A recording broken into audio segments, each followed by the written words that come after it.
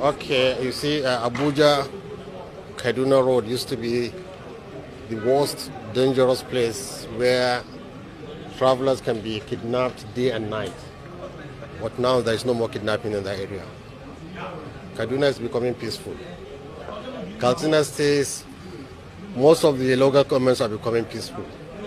It's only in Zamfara, Kebbi, Sokoto. So there is an improvement. It's not like before. So I think people should be patient. I think the government is taking the right step. So we have some cases of insecurity in Kwara State now, and it wasn't so then. How these are sporadic cases.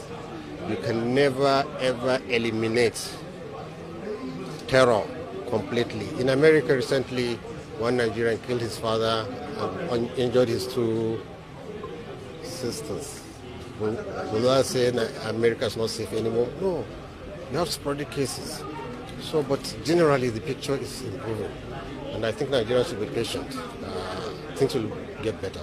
So what do you have to say about the threats issued by President Donald Trump? Yes, you see, if truly he wants to help Nigeria, that is not the language he uses.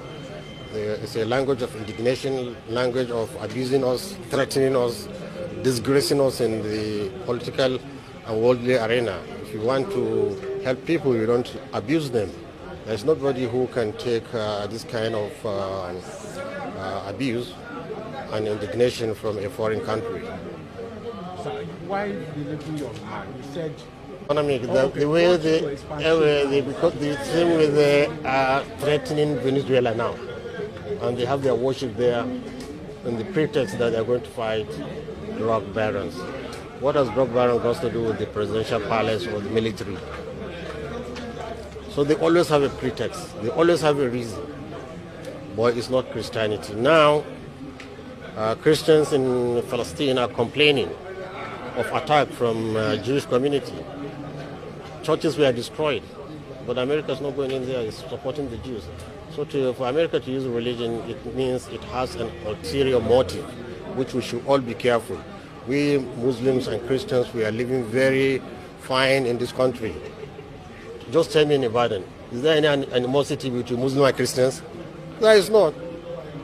So how can we allow a foreigner, a colonist, an imperialist to come and divide us on false pretense, and when we know they want our resources? Let me tell you one thing.